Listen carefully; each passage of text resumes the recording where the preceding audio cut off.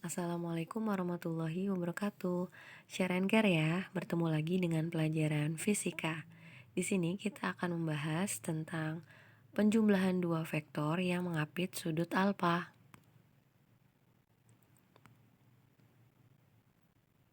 Ada dua buah vektor gaya, yaitu F1 dan F2, yang mengapit sudut alfa.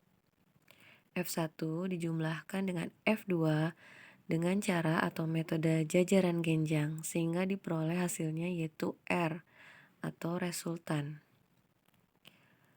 Rumus resultan gaya yaitu F1 ditambah F2 sama dengan akar F1 kuadrat ditambah F2 kuadrat ditambah 2 kali F1 dikali F2 dikali cos alfa. Dan untuk selisihnya atau F1 dikurangi F2 sama dengan akar F1 kuadrat ditambah F2 kuadrat dikurangi 2 kali F1 dikali F2 dikali cos alfa. Kalau kita perhatikan antara penjumlahan F1 dan F2 dan pengurangan F1 dan F2, untuk rumusnya ini hampir sama, kecuali tanda plus dan minus ya, sebelum angka 2. Kalau yang penjumlahan itu plus, kalau yang pengurangan itu min ya, sebelum angka 2-nya. Untuk menentukan resultan dipakai dalil sinus, yaitu F1 per sin alfa 1 sama dengan F2 per sin alfa 2 sama dengan R per sin alfa.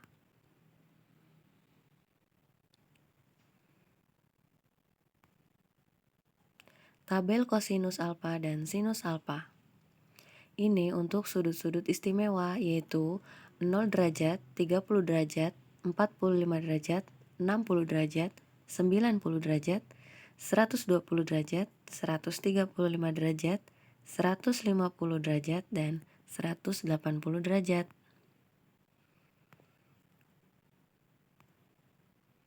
Contoh soalnya, yang pertama, dua vektor kecepatan V1 dan V2 masing-masing besarnya 50 meter per sekon dan 40 meter per sekon. Jika titik pangkal kedua vektor tersebut sama dan saling membentuk sudut 60 derajat, maka tentukan besar dan arah resultan kedua vektor tersebut.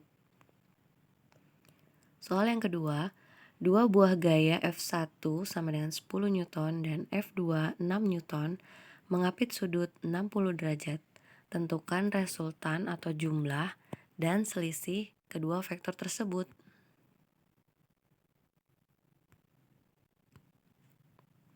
Penyelesaian untuk soal yang pertama, diketahui V1 sama dengan 50 meter per sekon, V2 40 meter per sekon, sudut alfanya yaitu 60 derajat, cos 60 derajat sama dengan setengah.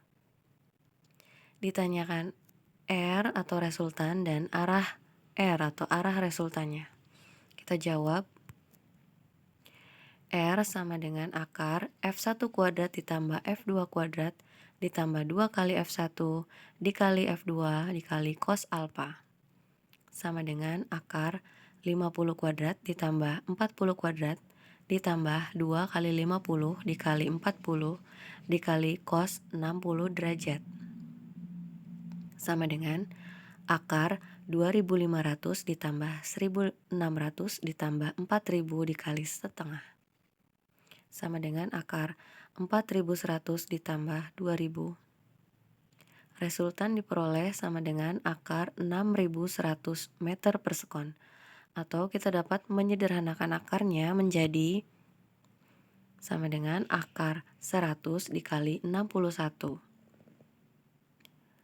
Sama dengan 10 akar 61 meter per sekon. Jadi 100 ditarik akarnya menjadi 10, kemudian akar 61-nya tetap. Sehingga hasilnya 10 akar 61 meter per sekon.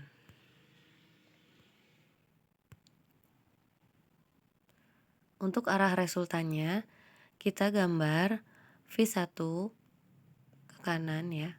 Kemudian bentuk sudut 60 derajat. kita gambar V2 ini dengan cara metode jajaran genjang ya. Kemudian kita gambar titik-titik garis yang membentuk jajaran genjang. Kemudian kita tarik garis resultannya. Untuk soal yang menanyakan arah resultan gaya atau resultan vektornya, kita gambar saja vektor-vektor yang diketahui di soal tersebut. Untuk soal yang nomor 2, diketahui F1 sama dengan 10 Newton, F2 6 Newton, sudut alfanya 60 derajat, cos 60 derajat sama dengan setengah. Ditanyakan yang pertama atau A adalah resultan, yang B F1 dikurangi F2 atau selisihnya. Kita jawab dulu yang pertama yang A.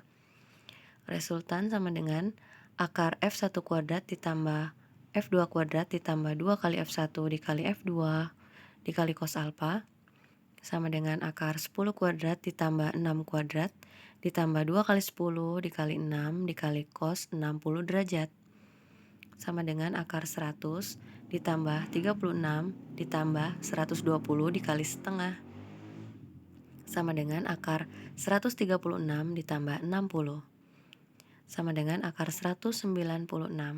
Akar 196 adalah 14 Newton, sehingga resultan yang diperoleh adalah 14 Newton. Selanjutnya yang B, F1 dikurangi F2 sama dengan akar F1 kuadrat ditambah F2 kuadrat dikurangi 2 kali F1 dikali F2 dikali cos alfa. Sama dengan akar 10 kuadrat ditambah 6 kuadrat dikurangi 2 kali 10 dikali 6 dikali cos 60 derajat. Sama dengan akar 100 ditambah 36 dikurangi 120 dikali setengah. Sama dengan akar 136 dikurangi 60. Sama dengan akar 76. Kita sederhanakan akarnya menjadi akar 4 dikali 19. Karena 76 itu sama dengan 76 itu sama dengan 4 kali 19 ya. Hasilnya yaitu 2 akar 19. Akar 4 ditarik akarnya menjadi 2, akar 19 tetap, sehingga hasilnya 2 akar 19 Newton. Terima kasih pembahasan mengenai dua buah vektor yang mengapit sudut alfa sampai di sini. Semoga bermanfaat. Wassalamualaikum warahmatullahi wabarakatuh.